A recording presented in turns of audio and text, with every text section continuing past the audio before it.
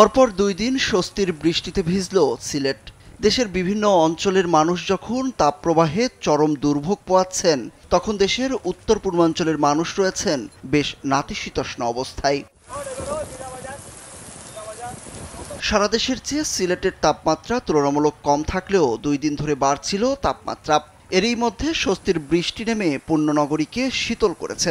প্রথমে গত শুক্রবার রাত ১১টার দিকে ঝড়, বজ্রপাত, দমকা হাওয়াসহ নামে বৃষ্টি।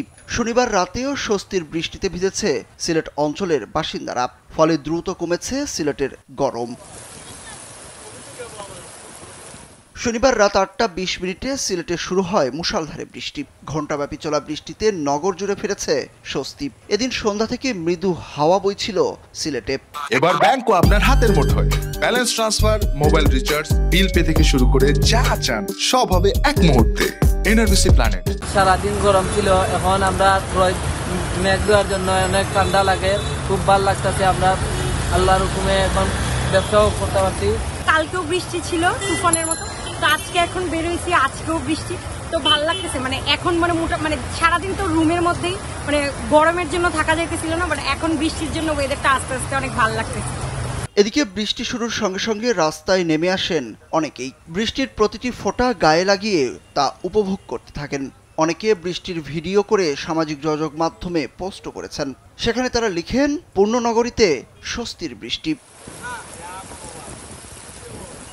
বাসিন্দারা বলছেন, সারাদিন অনেক গরম ছিল, সন্ধ্যার পর ঠান্ডা বাতাস ও বৃষ্টি স্বস্তি এনে দিয়েছে। সিলেট অঞ্চলে প্রতিদিন বৃষ্টি ও সহনীয় তাপমাত্রায় প্রমাণ করে এটি পূর্ণনগরী। এই স্বস্তির বৃষ্টি আসা মানুষের জনজীবন থেকে কষ্ট পাওয়ার এই জিনিসটা মানুষ মুক্তি পায়, সেই জন্য মহান সৃষ্টিকর্তা আমরা প্রার্থনা করি যে প্রতিদিন মানুষের কষ্ট থেকে মানুষ মুক্তি পায়, সেই জন্য মহান সৃষ্টিকর্তাকে ধন্যবাদ জানাই। সিলেটে প্রতিনিয়তই বৃষ্টিপাত হচ্ছে এবং সুন্দর একটি আবহাওয়া কিন্তু রয়েছে এখানে। তো আজকেও প্রতিদিনের ন্যায় আমরা বলবো, আজকেও আমাদের সিলেটে স্বস্তির একটি বৃষ্টি হচ্ছে, আমাদের জনজীবনে অনেক শান্তি নেমে এসেছে।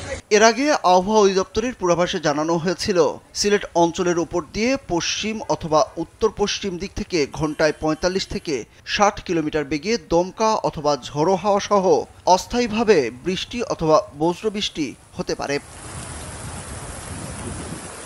সুরুজ আহমেদ, কালবেলা।